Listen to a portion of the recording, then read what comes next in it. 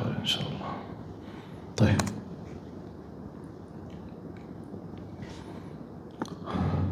5 4 3 2 1. بسم الله الرحمن الرحيم. الحمد لله والصلاة والسلام على رسول الله وعلى آله وصحبه ومن والاه. اللهم لا علم لنا إلا ما علمتنا إنك أنت العليم الحكيم. اللهم وتب علينا إنك أنت التواب الرحيم. سبحانك لا نحصي ثناء عليك أنت كما أثنيت على نفسك. أنت المقدم وأنت المؤخر وأنت على كل شيء قدير. اللهم اجعل جمعنا هذا جمعا مرحوما واجعل التفرق بعده تفرقا معصوما. اللهم ولا تدع فينا شقيا ولا محروما. In the name of Allah subhanahu wa ta'ala, the most compassionate, the most merciful, all praise and thanks are due to him and peace and blessings be upon his beloved Prophet Muhammad sallallahu alayhi wa sallam. He who is guided by the will of Allah, no one can misguide him, and he who is misguided, no one can guide him except Allah subhanahu wa ta'ala. Alhamdulillah that we do bear witness that there is no God but Allah and Muhammad is his messenger.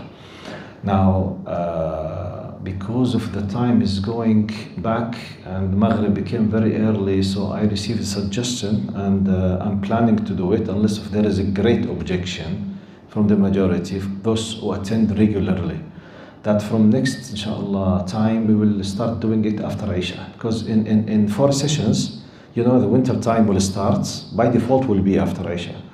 So from next time inshallah, the session will be after Isha, okay? Any problem with that? Especially for those who attend regularly, inshallah. Isha, I think, will be either 8:45 or 8:30 next time, inshallah. So in 3-4 sessions, Isha will be 7:30. So from next time, our session will be after Isha, بإذن المولى عز وجل. جزاكم الله خير. طيب.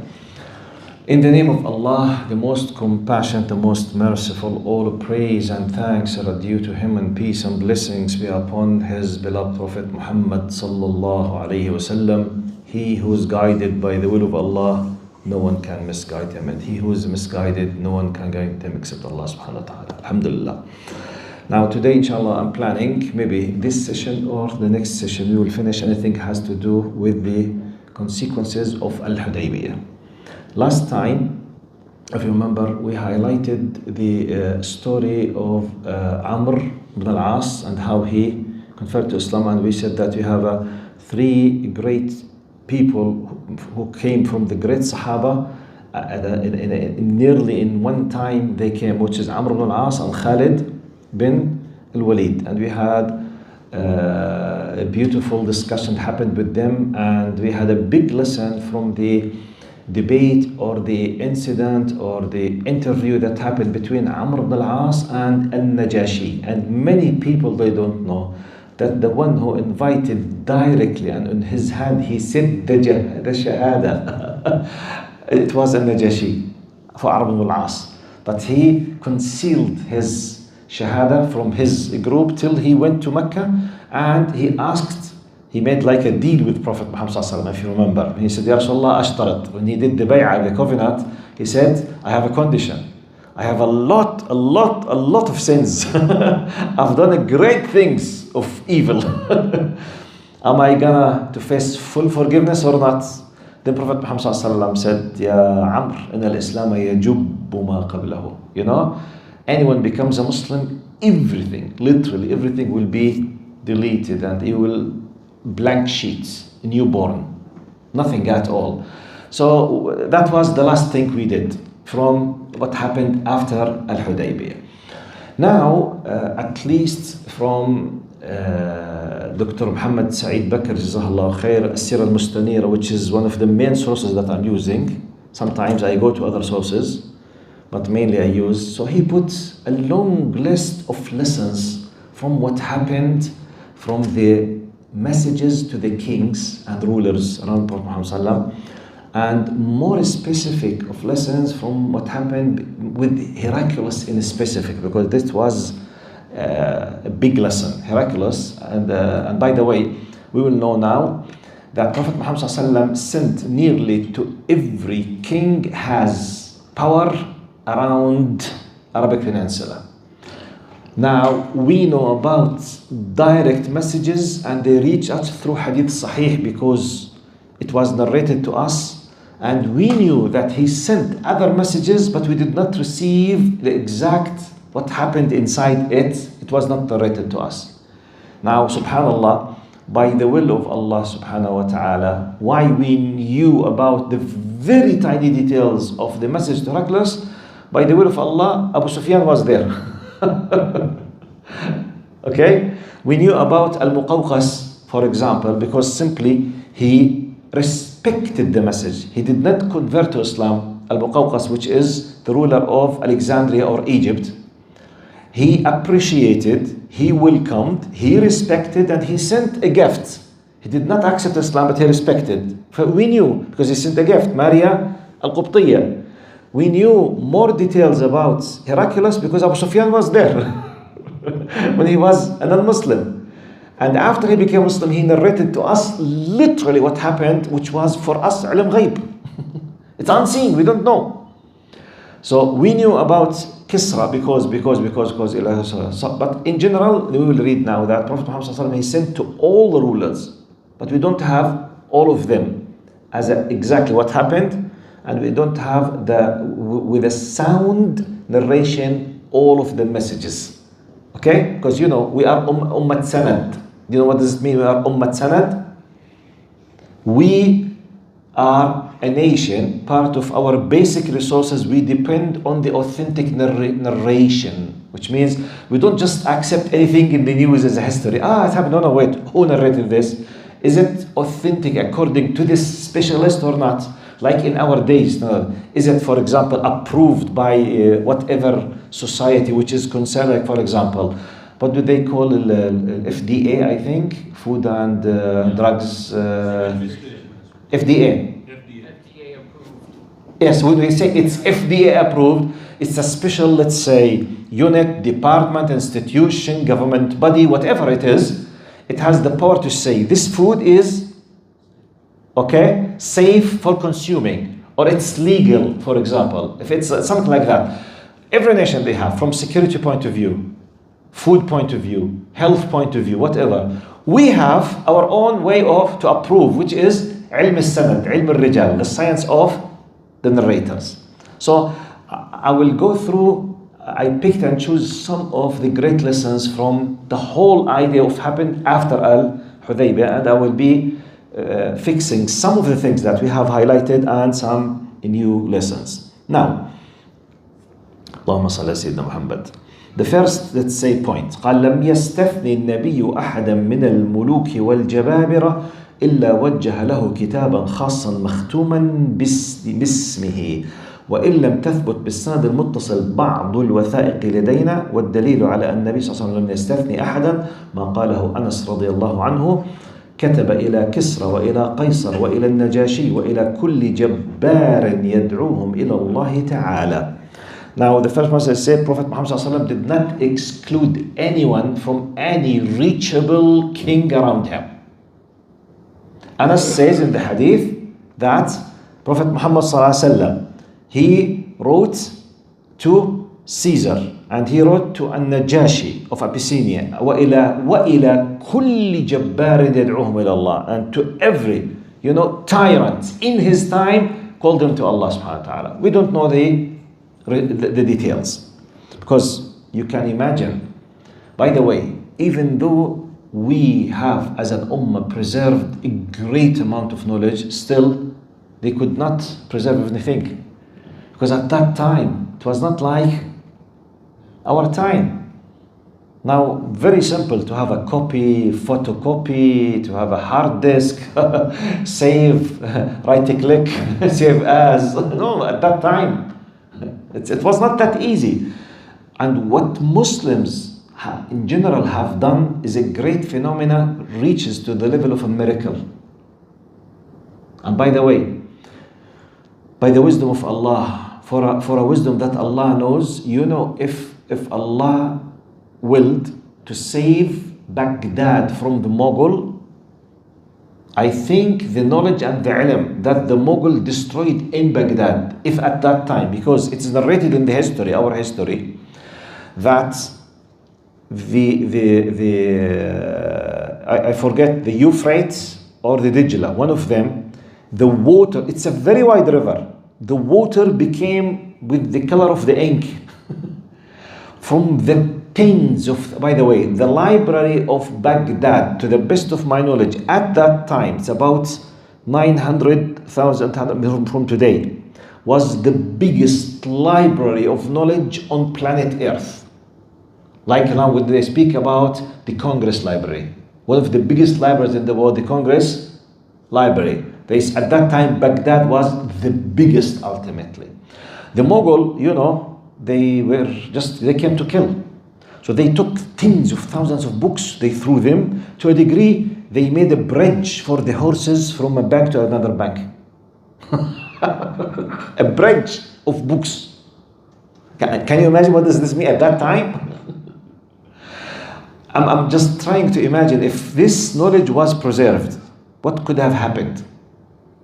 But anyway, I'm just telling you, at that time we used to be as such.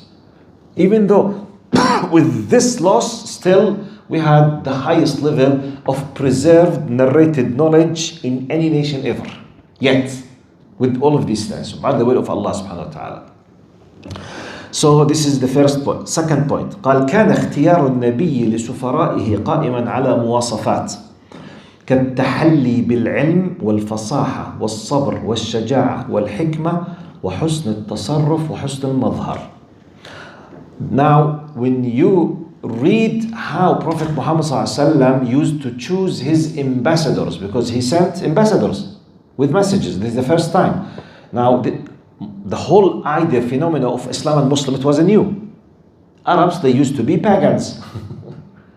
They used to have a war for a race, horse races for 40 years. They used to worship statues. They used to fight for anything, and they used to have riba, they used to have adultery, they used to have prostitution houses. It was very famous there, like most of the nations, not just the Arabs. But the Arabs, they used to drink a lot, they used to have zina a lot, they used to have, by the way, in the Arabic culture at that time, the prostitution houses, used to be called Dhawatul Rayat, the women of the flags, which means in you passing by, for example, in Mecca, you will see a house with a red flag. Red flag means prostitution house. From that time, it was part of the culture and part of what? Industry, business.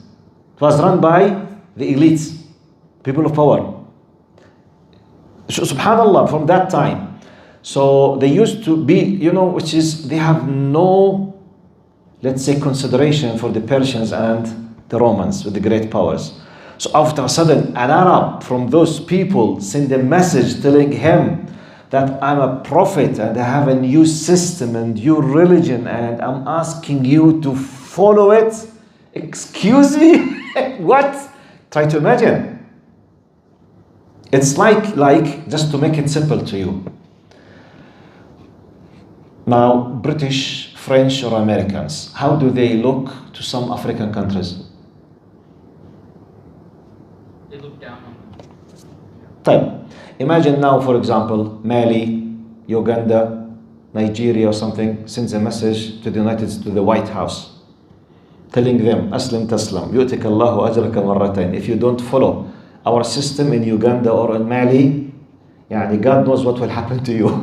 How many hours do you think the White House people will keep laughing? Seriously, I'm asking. I want you to do analogy just to understand what used to happen at that time. Because if you don't realize the historical context, you will not grasp the idea. They were, Persians and Romans, they were looking down to Arabs to a degree that they are equal to nothingness. So when a message comes from one of them telling them, Aslam taslam yu'tika Allahu ajraka marratain, submit, you will be saved, or otherwise you will be a sent person. I'm warning you that you will lose everything in this dunya. Excuse me, what kind of crazy person is talking with me, Heracles, the most powerful person? So you need to understand this context. So in this context, Prophet Muhammad ﷺ did his best to choose his ambassadors. Now, according to descriptions, قال كالتحلي بالعلم. Number one, it's not anyone. No, someone has a knowledge. It's like Ja'far, for example. You know, when Ja'far first met at the beginning of the Hijrah, do you remember? When he met with the Najashi. The first, what made al-Najashi think seriously about Islam and he became Muslim? What? The first contact was with whom? Ja'far. So Ja'far was an excellent representative of Islam. He was able to quote wisely, politely, and keep firm, steadfast, and with being wise as well, and does not hide the truth. Because you know, Amr ibn al-As himself, he himself, 10 years before later, when he was trying to provoke al-Najashi against the first group, what did he say? Ask them what they say about Isa ibn Maryam. Ask them what they say about Mary. Do you remember? He narrated to him what we have about in Surah Al-Imran, or in the chapter Maryam. ما المسيح ابن مريم إلا رسول قد خلت من قبله الرسل وأمه صديقة كانا يأكلان الطعام. Literally he said, with a polite way he said, what happened to Najashi? He said, this is exactly what I know. So subhanallah, sometimes you never know. At the end he became a Muslim. Anyway, so قال التحلي بالعلم, the descriptions, the characteristics that of the ambassadors: knowledge, fasaha, eloquence, okay, rhetoric, he knows how to express himself. قال الصبر, patience, شجاعة, courage, حكمة, wisdom, حسن التصرف, he knows how to deal, wisdom, it's sometimes because you are going there just to deliver us a message. Out of a sudden, your enemy is there trying to destroy your image, like what happened between Damra al-Kalbi, Amr ibn al-As, when he went to Najashi next time. He tried to destroy everything Damra was said. If they were confronted, Ja'far radiallahu anhu, for example, because we know these details, they had this kind of debate. قال حسن التصرف وحسن المظهر. The appearing, how he looks like sometimes, it affects a lot. Subhanallah. Now, قال أخذ النبي بالأعراف التي لا تخالف الشريعة في البريد الذي كان يرسله فهو بريد مختوم يضمن به من تصل إليه الرسالة من الملوك أنه بريد خاص وحصري وليس عاما ومفتوحا. Now, this is a great point of Islamic jurisprudence. It's a fiqh and usul fiqh things has to do with the concept of bid'ah. Because some group of people, they exaggerate understand the bid'ah. Anything Prophet Muhammad ﷺ did not do it, we will not do it. Apart from ritual worship, we are talking about عادات الناس, the customs of the people. Prophet Muhammad ﷺ, as an Arab, basically, Arabs, they used to send messages to each other orally. They did not use to write. Now, when he wanted to send a message in a written form, he was told, Ya Rasulullah, if it is not sealed with a special seal represents you, they don't read it. They don't consider it of a statue. Like, for example, when you send them, for example, they tell you, if you do not receive an official email from the government, don't reply. If it is not, for example, CA, or if it is not JO, or if it's not P, it depends. It's not an official one, don't reply. This is a fake email, okay? It's at that time, the official standard of accepting a letter, it should be sealed. They used to put wax, then the seal, they put it like this, and the only one who will open it is the one who's the final destination, the receiver, final receiver. So Prophet Muhammad ﷺ, when they told him, Ya Rasulullah, if it's not sealed by your seal, they will not accept it, they will not open it, they will not read it. So he did it. So Prophet Muhammad ﷺ, to give you an idea, because some people, they exaggerate, bid'ah. Okay? Prophet, it's not part of the religion now. It has nothing to do with ritual worship, even though it serves the general idea. So this is Prophet Muhammad ﷺ making da'wah. He used an addition new style, has to do with serving the da'wah, and it does not contradict any of the Islamic principles.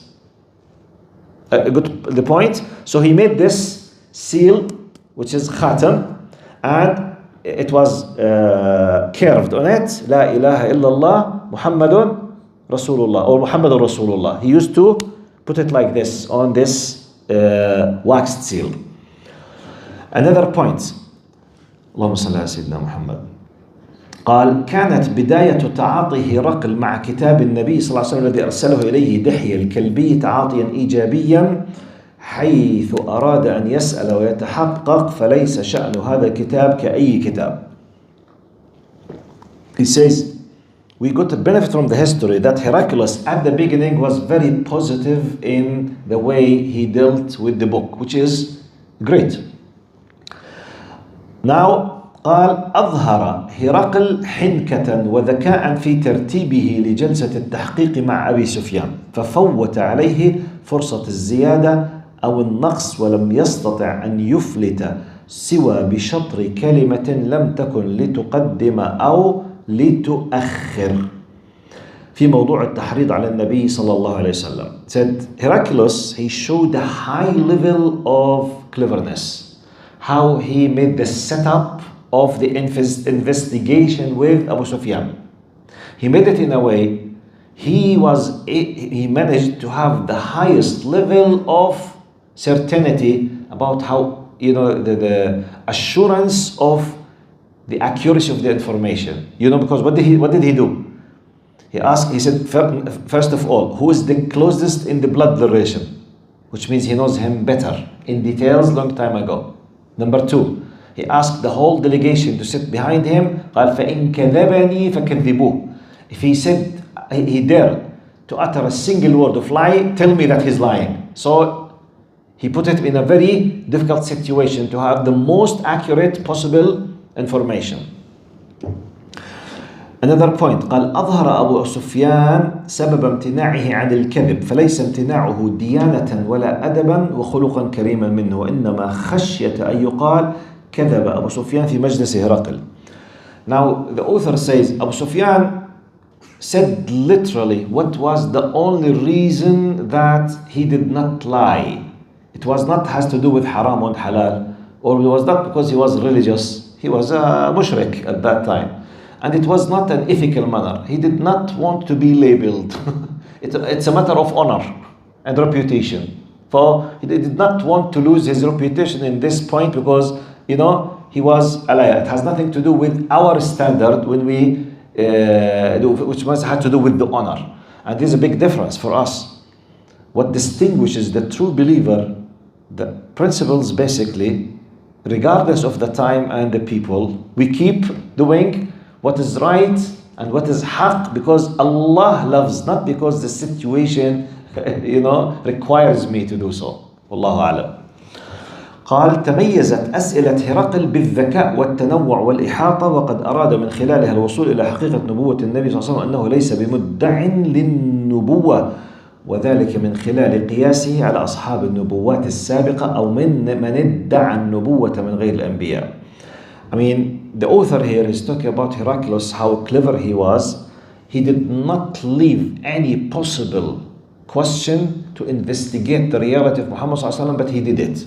And this gives you an idea the amount of knowledge that he used to have, because he made an analogy, because he knows about, as I told you, he had a lot of knowledge to a degree that he sent to someone like him in Rome, and he asked him this question. He asked about يزيدون أم ينقصون, increase or decrease, what type of them, from the decent ship. Did he have any kind who make an analogy because he has a good knowledge about the prophets of the children of Israel? Because yes, he's a Christian and he's a scholar in Christianity, but the historical context of Christianity is Judaism. So the Old Testament is full with tens of prophets, and he knows about them. He knows how they've been sent, what happened to them, how the reaction of their people. He had a good of knowledge. So made an analogy. Tick, tick, tick. It's like a checklist. He had in his mind a checklist. So he asked about 15 questions, all of them applicable. So he is. In addition to, he knew that he's coming. Next point. قالت محمد Look to this. كان لتعريق هرقل على كل سؤال سأله لأبي سفيان ما يبين أن أبا سفيان قد سخره الله تعالى وهو على كفره وحربه للإسلام والمسلمين ليكون خير داعية لدين الله تعالى. It's one of the amazing points. He said, the way how Allah willed that this investigation and discussion happen, it shows you how Allah made Abu Sufyan, Allah used Abu Sufyan to be one of the biggest and strongest supporters of Islam. And this is part of what we call وَيَمْكُرُ Because Abu Sufyan, he قال كان خير داعية لدين الله. He was excellent because everything he was saying, did he say no? هل يغدر? Does he hit you in the back? No.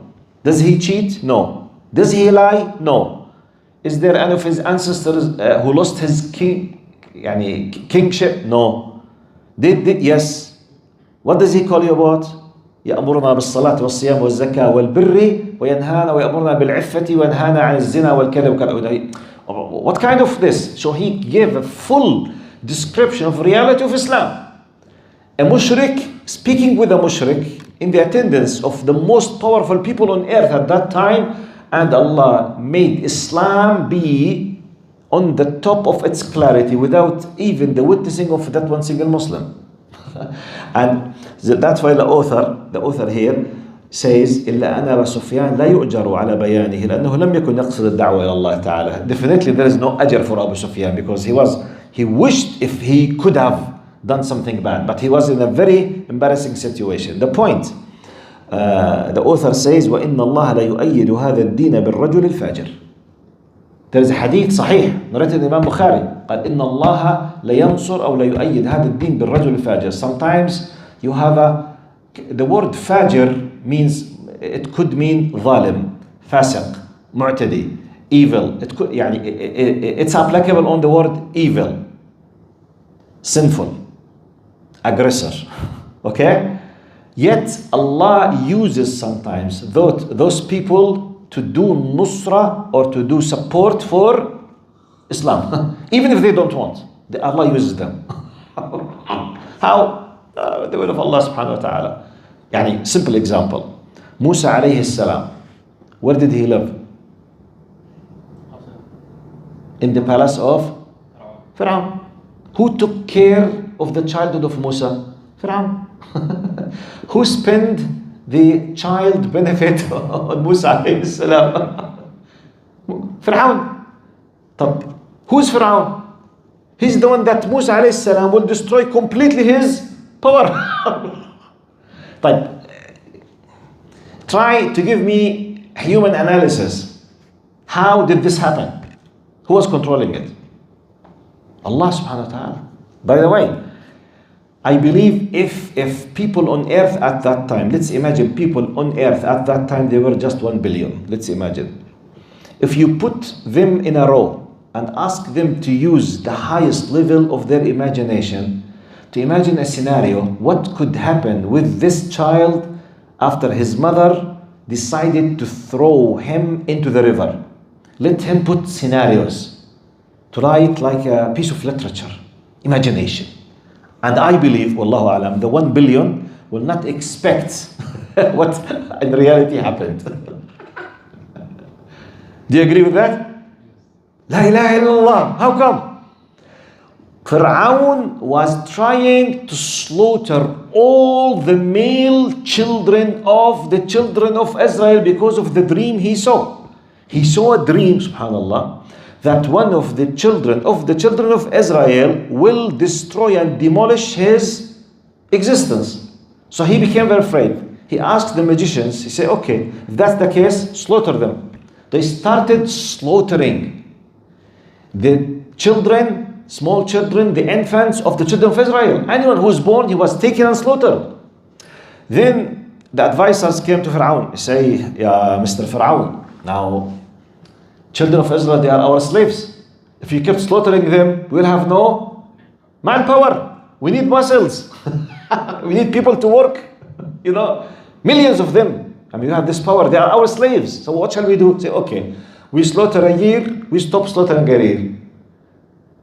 Subhanallah. In the year that they decided not slaughter anyone, Harun was born.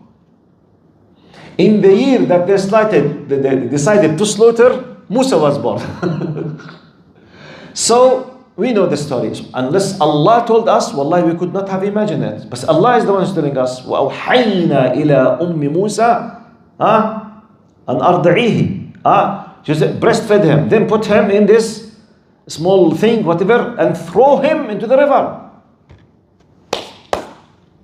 Who pushed the heart of the wife of Fir'aun? Who? Allah subhanahu wa ta'ala. So this gives an idea, because if you remember, I made a full khutbah about that, by the way, on this specific point. Sometimes keep doing, don't lose the hope. Especially we are living in a very difficult time now. Many people, many innocent people, they are killed. Many innocent people from Muslims, they have no power even to defend themselves. Some people, they start maybe losing hope, saying, Ya Allah, why? Maybe we are not on the right path. Maybe, no, be careful. This is a big test for many people. Some people are punished, some people are tested, some people, Allah will يَتَّخِذْ مِنْهُمْ شُهَدَاء, inshallah will be martyrs, and it depends. But at the end, be careful. You never know what Allah subhanahu wa ta'ala is planning behind the scene. The Mughal, after they invaded the Abbasid Caliphate completely and destroyed it, and then they invaded Levant, Bilad al-Sham, and nearly destroyed and controlled everything. The last stage for them, it was Egypt at that time. Then in the battle of Ain Jalut with Qutuz and Dhahr Bibars, they won, and Mughals, they became Muslims. The first time, the only time in the history, okay, the conqueror adapts the religion of the conquered. The only time in the history. Then Muslim Mughals, many of them, they became the great rulers of China. La ilaha illallah. Because it's history, we know it. But if we are living in Baghdad at that time, khalas, it's Yawm al-Qiyamah for us. It's impossible. Baghdad, Mughals, the ilm, everyone was killed. They killed. No. Look what happened after that. After that, what happened? The Umayyad, Andalus, Ottomans. Those who lived at the time of Baghdad or Abbasid in that time, if you told them that Muslims will have 600 power of Ottoman Empire, you have please tell me what kind of weed you are using. True or false? Yes. Maybe say, I think you are using a new type of drugs that I don't know it. Or you are drinking something very strong, so please stop it. What? If you are witnessing them. By the way, we are not the creators of the universe. And we are not in charge of it. We are in charge of our deeds and our abilities and our responsibilities and what comes under our hands.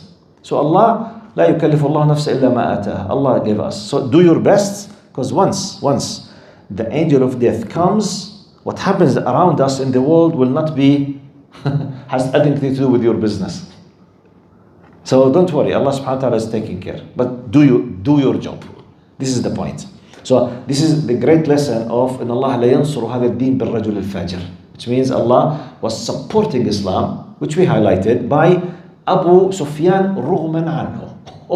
He was not planning, but Allah gave the victory and at the end, Abu Sufyan himself, he was touched with that because of what happened with Heraclius. قال أكد هرقل أن الأوصاف التي سأل عنها كلها تدعم الاحتمال الذي يقول أن سيدنا محمد صلى الله عليه وسلم نبي. ومن أجمع ما استنتجه هرقل من تلك المقابلة أن الأنبياء وأصحاب الدعوات يبتلون ثم يمكنون. Now we say Heraclius, after he asked about all of these descriptions, he came up with the conclusion that Muhammad sallallahu alaihi wasallam is a prophet. And it was a shocking factor for Abu Sufyan himself. Look how he was using the logic. Does he? Yes, did he? Yes, okay. He's a prophet. Now, قال surprising end result for Abu Sufyan and everyone around him when Heraclius said قال بكل وضوح وشجاعة كلمات تنقش بماء الذهب. In Arabic they say he said a very brave words, and he admitted clearly. That's why they started having the laghat and this kind of starting screaming and shouting what they were saying when he said words that it deserves to be written with gold, which is قال إن إياكما تقول فيه حقا فإنه نبي. If everything you have told me about him true, he is a prophet. قال وقد كنت أعلم, this is the most important, وقد كنت أعلم أنه خارج ولم أك أظنه منكم. I know that he is coming. And by the way, not just he, all the scholars, all priests and rabbis, they were aware. Actually, I told you, Jewish tribes, when they left Palestine 500 years before the birth of Prophet Muhammad, they came to that area waiting for a prophet to come. They had prophecies about him. They were waiting. It's not just a new thing, descriptions. The only thing that they did not think about that he will be from the Arabs. This is the biggest surprise ever in their lives. All of their calculations, the details, the place it's a place of Faran. Faran, according to the biblical historical narrative, it means the mountains of Mecca. Then he will leave this place to a place with a full of dates, okay, palm trees. So it was the description, and he himself will be an orphan. He will have this kind of birthmark. He will do such and such. He will be illiterate. I will put my words in his mouth. He will be like Moses. You have tens of, points, all of the checkpoints. Any priest who had the knowledge, they were aware. That's why Allah praised especially the Christian priest when he say, ترى أعينهم تفيض من الدمع مما عرفوا من الحق. When you are waiting for something, believing in something that will happen in the future, when it happens, you will cry out of happiness because this is exactly what you were waiting. They were crying. Why? مما عرفوا من الحق. They were crying for what they have already known for sure that it is the truth. Allah is praising them. So it's good to know about Heraclius this. قال إياكما تقولوا حقا فإنه نبي وقد كنت أعلم. I knew he will come. ولم أكو أظنه منكم. I never expected he will be from you. قال ولو أني أعلم أني أخلص إليه لأحببت لقاءه ولو كنت عنده لغسلت عن قدميه ولا يبلغن ملكه ما تحت قدمي. He said, if I can reach him, I would do my best. He knows he can't. As I told you, he has the system around him. They will stop him. Yes. Very strong lobby group, people of power around him. Now, governance, controlling big, huge countries, empires, they are not run by one person. Yes? How did they obtain the knowledge of that prophet will be coming to them? Because of the remainings of the Torah and the Injil. Torah and the Injil and the knowledge, it was not corrupted 100%. But we consider it corrupted because certain parts of it corrupted. Legally, if, for example, in the court system, if this is a book of 100 pages, and it's the original copy, and you told me this is the original book, then I discovered that you made changes just in 5 pages in different places. The whole credibility of the book is down, okay? However, still the book contains of some of the truth. Still it's there. In addition to the people who are receiving this and their personal things, and they know. Because some of them, they know who changed it. مش تفاسير the same نصوص طبعا they have طبعا still some of it up to this moment we read some of them now here. Yes, the paraclete, the paracletos, The Paracletos اللي هو Greek or Latin I don't know اللي هو الفارقليت والباركليت, they translated into Arabic with the word muazzi. Now go and read the great author who used to be high ranked priest in the Catholic Church of Iraq, Kildani Christians, Abdul Ahad Dawood, David Benjamin Kildani. He used to be a priest, then he became a Muslim. He wrote 5 books. He used to have, I think, 5 or 6 or 7 languages. He was expert in Hebrew, Latin, Greek, Arabic, English, French. And after he became Muslim, he wrote one of his books, Muhammad fil Kitab al-Muqaddas, Muhammad in the Bible. He proved from the manuscripts that he personally owns, in addition, that it is the translation of the word Parakletos, that I will send to you. The Parakletos means Al-Mahmud.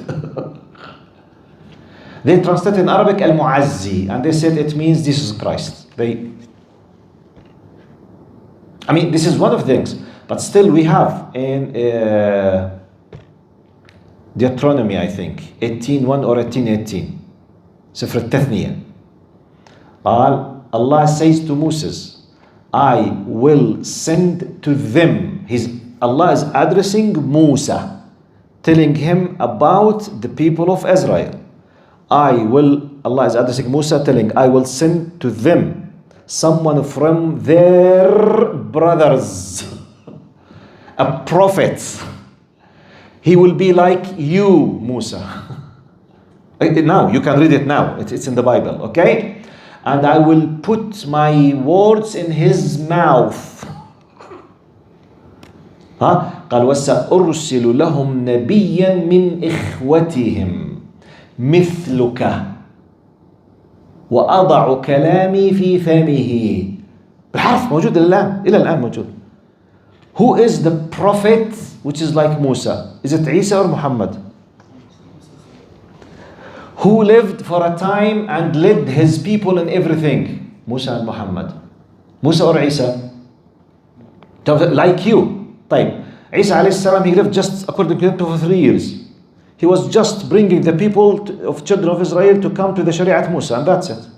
Very short biography. He was like a prophet, like a Rajul Salih, and that's it. Musa alayhi salam, he established something called a gathering and a power. He had a family, he fought, he attacked his enemies, he established something like a state, okay? He was about to do, he has a system, he has a sharia, everything exactly. Muhammad like Musa alayhi salam. What does the Old Testament says? I will send to them a prophet like you from their brothers. Literally, who are the brothers of the children of Israel? By the way, this is one of tens of evidences. One of tens. So when you see, did this, they say, so it was very clear to them. That's why Allah is praising those who accepted, and Allah subhanahu wa ta'ala is promising severe punishment for those who rejected. Because they know. Heraclius was someone of knowledge. That's why he say, قال كنت أعلم أنه سيخرج ولم أكن أظنه منكم. I know he's coming, but I never ever thought that he will be from you. This is the point. قال ولو أعلم أني أخلص إليه لتجشمت لقاءه. If I know that I can reach him, I will do my best to do it, but I know I can't. Now the lobby will prevent me. They will kill him.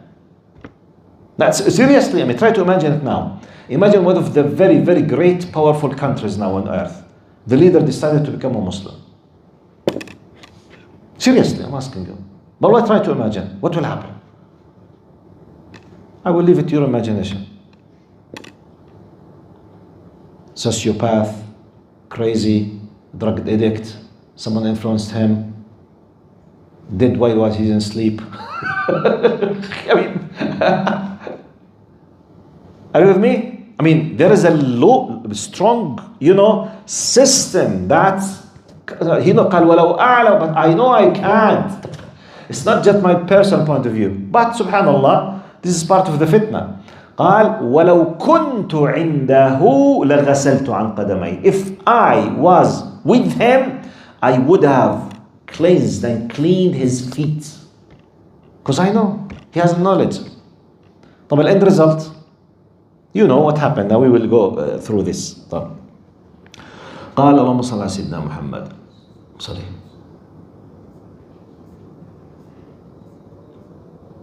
الدعوة المباشرة. أنا خفت يا زول. فكرت أنا فكرت الوقت خلص. اللهم صل على سيدنا محمد. قال ولا يبلغن، قال ولا يبلغن ملكه ما تحت قدمي. He knows. قال his power will reach what I'm standing on.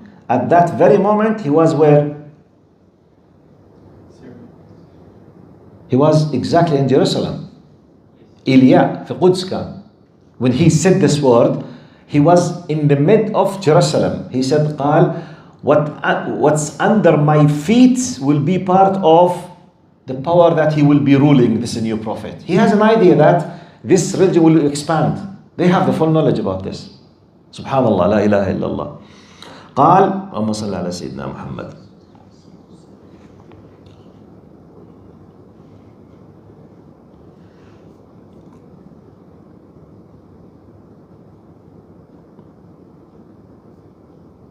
كتاب آية تدعو. نعم. قال على الرغم من شجاعة هرقل في تلك الجلسة إلا أنه لم يكمل مشوار شجاعته تلك. Please focus now. He said even though Heraclius was so brave in the way he formed the questions, so brave in how transparent, direct, clear, honest he was in asking the questions and not hiding anything. He was so brave to say what he has said that we quoted now. Abu Sufyan is narrated. I know he's a prophet. I know he's coming. If I was with him, I would have, cleaned and washed his feet. And he said everything. But he did not continue the thread of his bravery. لم يكمل بشوار شجاعته. Which means he did the very brave thing, like someone who say, I will take care of you, my family. I will do my best to protect the orphans and the children.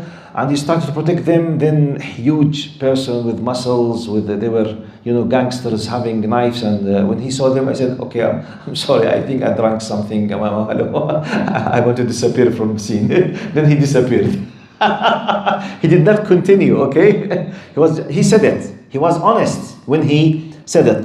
قال لم يكمل. He did not continue the trap of his bravery. قال فلم يكن, and focus now, مستعدا للتضحية في سبيل الحقيقة الدامغة التي توصل إليها. He was not ready to sacrifice for the sake of the truth that he reached.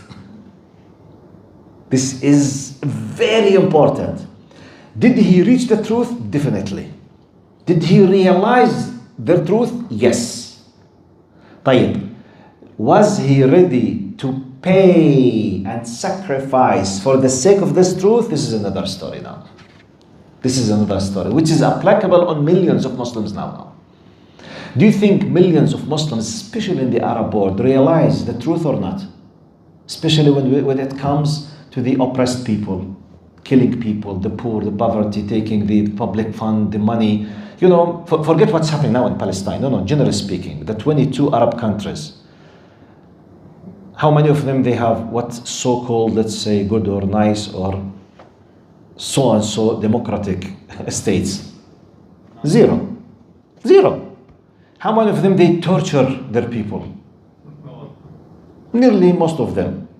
How many of them they have innocent people, they die inside the jail? Most of them.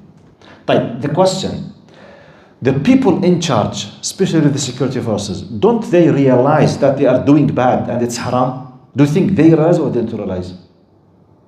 Definitely they realize. But why they do so?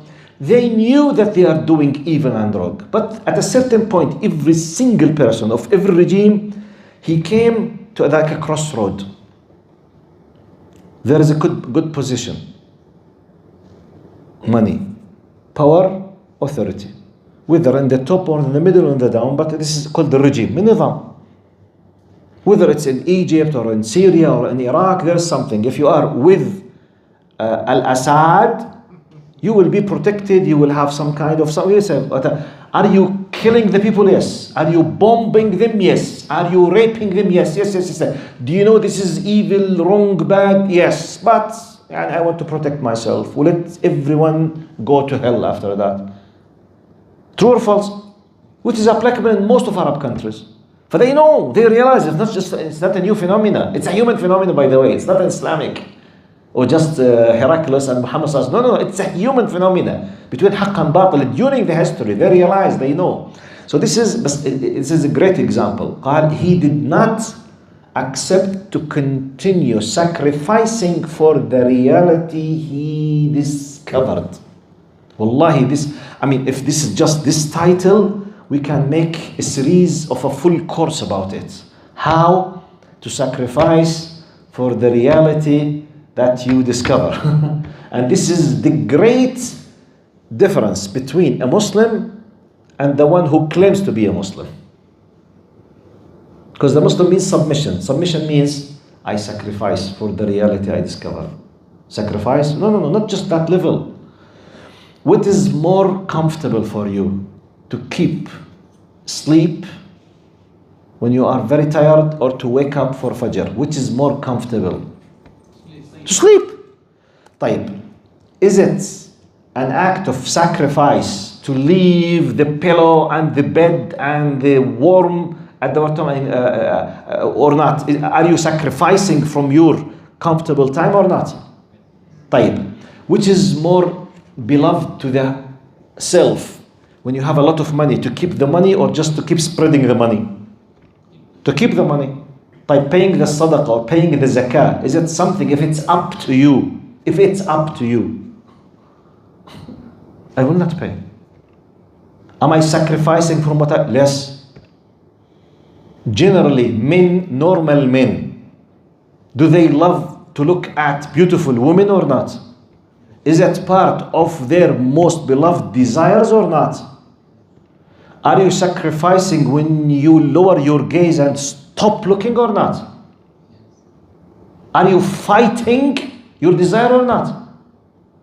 When you are browsing the internet, when a beautiful image comes or something has to do with porno sites, if it's up to us, which means if porno things are not haram, who on earth will not see it? I'm not joking, seriously asking. If it's not haram, why not? Is it something part of the desire or not? Yes. But are we sacrificing what we... طبعا, yes. Islam definitely depends on sacrifice. You will sacrifice what you love, what you hate sometimes. طيب. If you have a power, someone hurted you, you can take revenge 10 times. It's haram. فاعتدوا عليه بمثل ما اعتدى عليكم.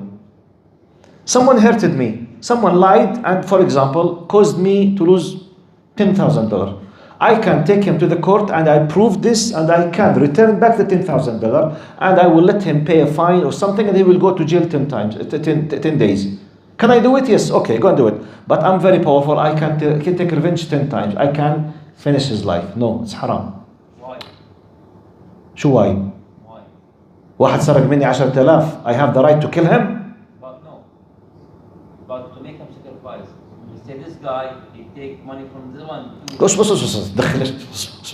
I give you a general idea. If someone was a thief, he just stolen, and I discovered the theft. This is my example.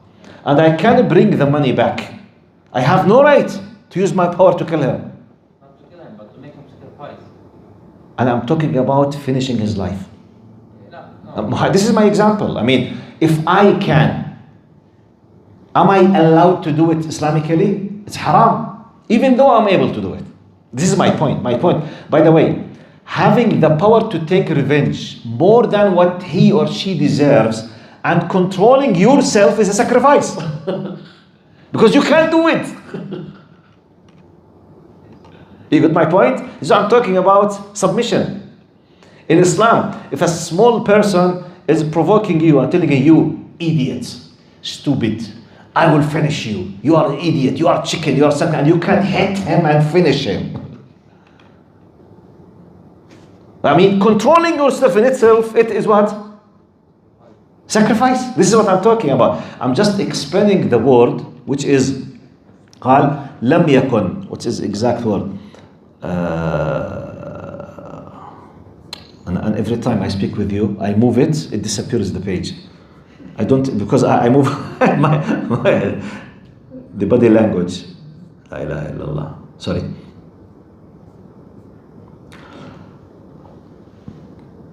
قال اللهم صل على سيدنا محمد.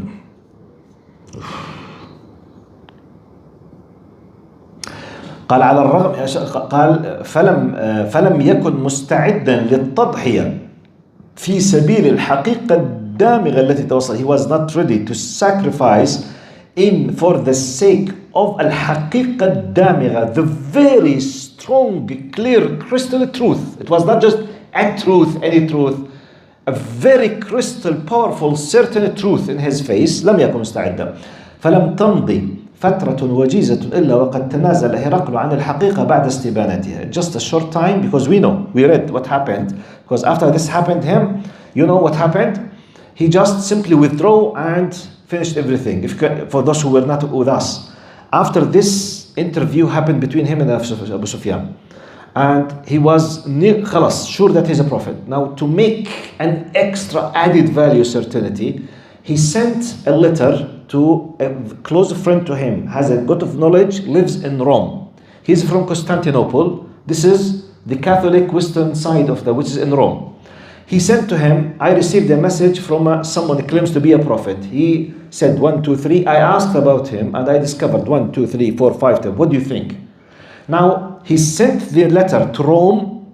After that, he started leaving Jerusalem, going to Constantinople, which is Istanbul. Okay?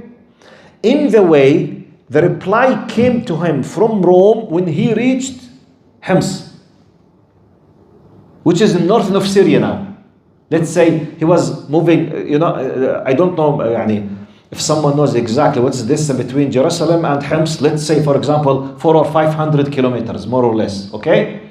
So the messenger brought him when he was where? In Homs, in one of his places, his courts. He received the message. He said, if what you have said is true, he is the promised prophet that we are waiting. So he gave him another, confirmation.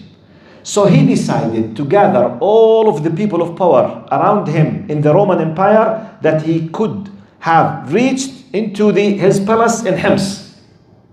In that, and if you remember, what did he do? He asked all the guards to close the place. It was like a great hall. So all of them were listening. He came and he spoke with them. He said, look, I advise you, this prophet whose name is Muhammad, who sent me a message, is a true prophet. It's for our benefit. And he was so wise. He said, if we followed him, our kingdom will stay with us in what we own, which means we will not lose the power. He realized that if we will change the software, not necessarily the power, which is Islamically is. Anyone who becomes Muslim, you will stay in your place and your power. 500 لا إله إلا الله. Yes, 500 kilometers. Yes, جزاك الله خير. I was assuming Alhamdulillah. But what I was saying. Power. The power is He said, God will keep the power with us, which means if we followed him. No, they became crazy. So they were very arrogant from him and they considered him like as if he's an infidel now. He committed what? He became heretic. Okay? He left like he committed ridda. He committed apostasy in their context against their religion. So when he saw him very angry, wanted to leave, then he commanded the guards to bring them back. What did he say? He said, I just wanted to check and to test to what level you have this kind of jealous and certainty in protecting your religion. I was just testing you. So all of them, they do the sujood for him. Okay, it was like as if I'm doing a prank with you, so to see, are you serious in defending your religion or not? So which means he changed his mind completely. Khalas. It's like to give you an idea about, just to make it. Imagine 150, 200 years ago in the United States. What was the importance for the industry and the money and the power to have slavery? How important it was? Actually, it's based on it. If there's no slavery, there is no money, no economy in the United States. Khalas, the United States is finished. Imagine, at that time, someone with power in one of the states, he said, we have to stop slavery. What do you expect will happen with him from the people of authority around him? Which they have millions of slaves working in their fields. This idiot wants to finish slavery, which means he wants to finish what? Business. Our business. He will destroy our business. They will. He knows that. We say, Wallahi billahi tallah, if you dare to mention it again, you will die. You say, oh, I'm just joking with you. I want just to see how important your business for you. Khalas, close the file. Why should I face all these troubles? This is what happened. This is exactly what happened to him. Which could happen to any one of us, by the way. By the way, this phenomena, to be honest with you, it happens with any one of us in his close group, especially if there's what we call masalih, interest. Wallahi, it happens. Give you a simple example. Simple example. Imagine you are a teacher in a school, or you are a professor at a university. One of the professors, he did a great mistake against one of the students on the basis that he was a racist. Now, it happened that a number of the professors, they were witnesses on that racist attitude from their colleague. So the student wanted them to come to the court. Now, when the board of the professors gathered, they say, look, if we witnessed with him, now every day we will have a case against us and they will destroy the students. So we have to protect our interest, our colleague. So maybe they will threaten these two professors or this professor. Maybe they'll tell, if you did it, we will kick out of your work or whatever reason. At the end, maybe they will change their narrative completely. Does it happen in daily life or not? In business, corporates, multinational companies, politics. Elon Musk, for example. Are you with me? Man, you see, example is clearly. He says something, next day changes. So what's happened? Interest, money, power, threatening, something. So it happens. That's why we have the hereafter. That's why al-akhirah is a must. Wallahi, because all of this kind of injustice will be fixed in the day of judgment. That's why true believers, they have because of the hope of the al-akhirah, after resurrection and congregation. Al-ba'ath, when we say al-ba'ath wal-nushur, we will be resurrected from death and we will be gathered, congregated together for what? Accountability. في يوم 50,000 years of accountability. That's why. Have you known or not? Yes, I knew. Did you feel it? Yes. What did you witness? I was an eyewitness that 1, 2, 3. What did you say? How did you act? Okay, Allah tfaddal. Exactly, this is the divine court. That's why, subhanallah, Allahumma salli ala Sayyidina Muhammad.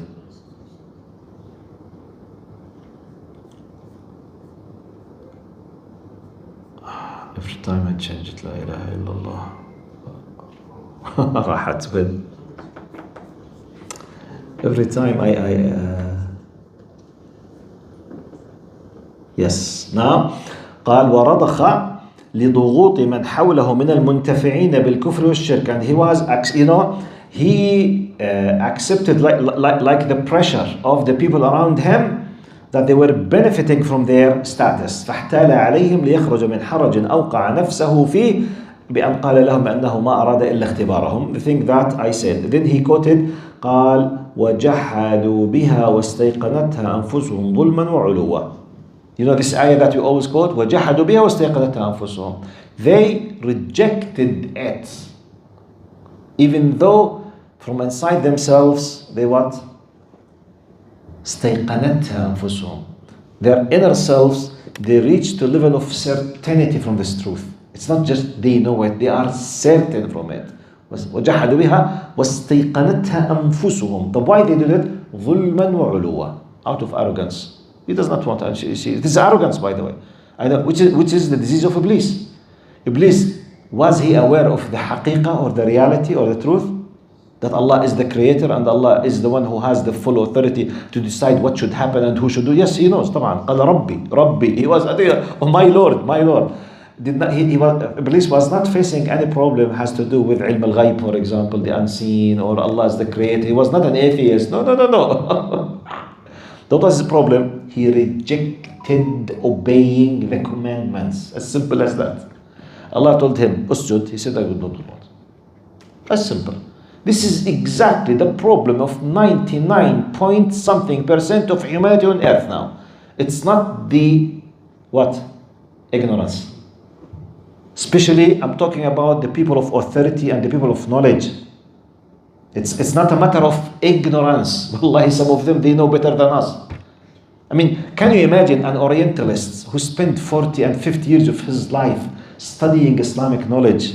What kind of knowledge he has more than Muslim followers themselves? The knowledge he has it. But his job was just to attack Islam and Muslim, even though he realizes. But what he will do with this one? Is it a matter of conviction? No. Arrogance. He came to fight. He came to lie. He came to spread the doubts from the things that he knows he is lying. Subhanallah. This is a big lesson, by the way. Now, قال جاء تعليق أبي سفيان في خاتمة لقاء هرقل ليؤكد أن اليقين لديه أخذ يتبلور وأن الكفر بدأ يتزعزع لديه بعد تلك المقابلة وأخذ يدرك أن دين الله تعالى سيظهر بالفعل ظهر دين الله ودخل الناس في دين الله أفواجا ولعل الله تعالى ادخر لأبي سفيان وقد ساهم ولو بطريقة الإكراه في بيان الحقيقة ليحمله على تذوق طعم هذه الحقيقة يوم الفتح لما دخل دين الله تعالى. The last lesson, at least for today, inshallah, which is how Allah subhanahu wa ta'ala made this whole discussion happen with Heraclius so that the reality will start to hit the heart of Abu Sufyan, because it was like an eye-opening for him. It means Heraclius at the end of the world, he has reached this reality, and he himself, even though he was one of the closest person to him, he was refusing it. As if the veil which was on his eyes is about to be removed by the will of Allah subhanahu wa ta'ala. I will stop here today, inshallah, and most likely next time, inshallah, we will start a new, unless if I discovered some important details related to what comes after alhudaibeyah, we will start a new topic, inshallah, bid'illah. But for those who came late, starting from next week, inshallah, all of our sessions, tafsir and seerah, will be after Isha. Okay? Inshallah, jazakumullah khair. Assalamu alaikum wa rahmatullahi wa barakatuh.